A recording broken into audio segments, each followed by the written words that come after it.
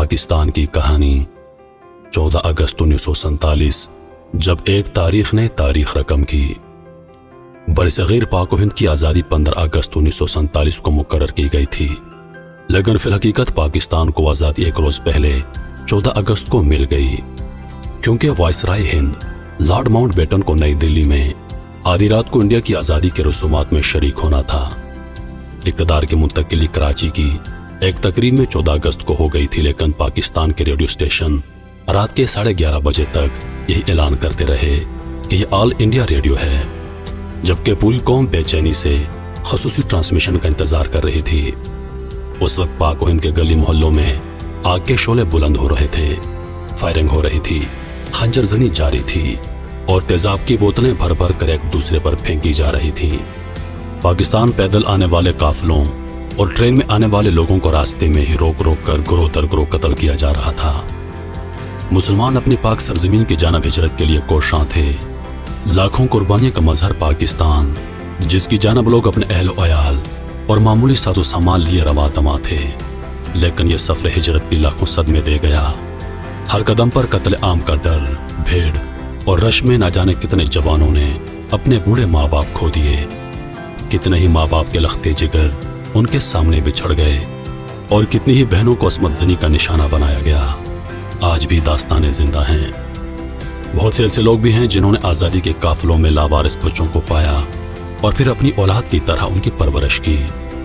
کسی کو کسی کی کچھ خبر نہ تھی، بس فکر تھی تو خود کو ہندوؤں سے بچانے کی، اپنے وطن کی مٹی پر جلد از جلد قدم رکھنے کی۔ ایسے سنگین حالات میں ریڈیو کے سوا ملک میں کوئی اور ذریعہ نہ تھا جس سے پاکستان کے قیام اور آزادی کا باقاعدہ اعلان کیا جا سکتا۔ اس وقت پاکستان میں صرف 3 ریڈیو اسٹیشن تھے، لاہور، کراچی اور پشاور۔ 14 اگست کی رات 11 بجے لاہور ریڈیو اسٹیشن نے تاریخ میں آخری مرتبہ اپنے ٹرانسمیشن میں یہ اعلان کیا کہ یہ آل انڈیا ریڈیو ہے۔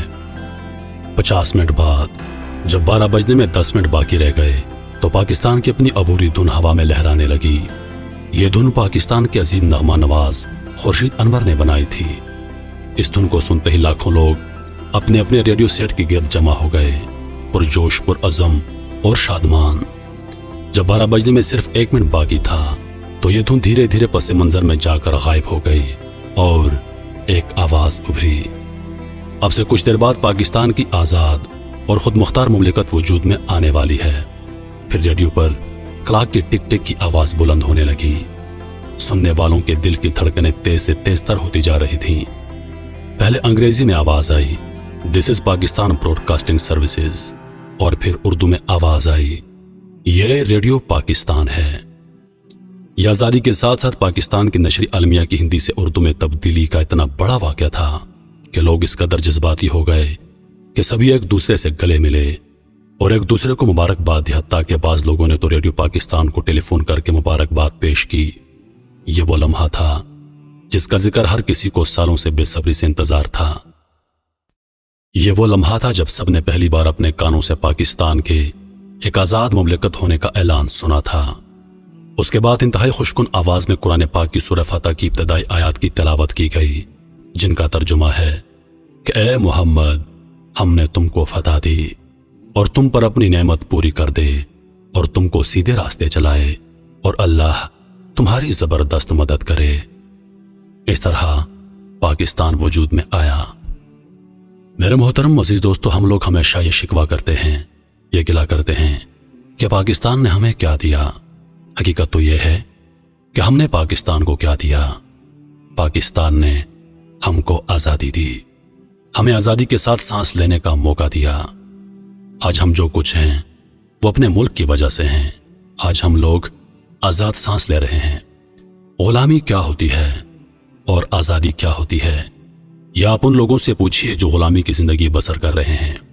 آزادی کی قیمت ان لوگوں سے پوچھئے جنہوں نے اس وطن کی آزادی کے لیے اپنے سر کٹوا دیے، اپنی اولادوں کو قربان کیا، اپنے عزیز و اقارب کو اپنی آنکھوں کے سامنے کھویا، اپنا سب کچھ لٹا دیا، کیونکہ ہم لوگ آزاد ہو سکیں، ہم لوگ آزاد زندگی گزار سکیں۔ عزیز دوستو، اس وطن کی قدر کیجیے۔ امید کرتا ہوں کہ ویڈیو آپ دوستوں کو پسند آئی ہوگی۔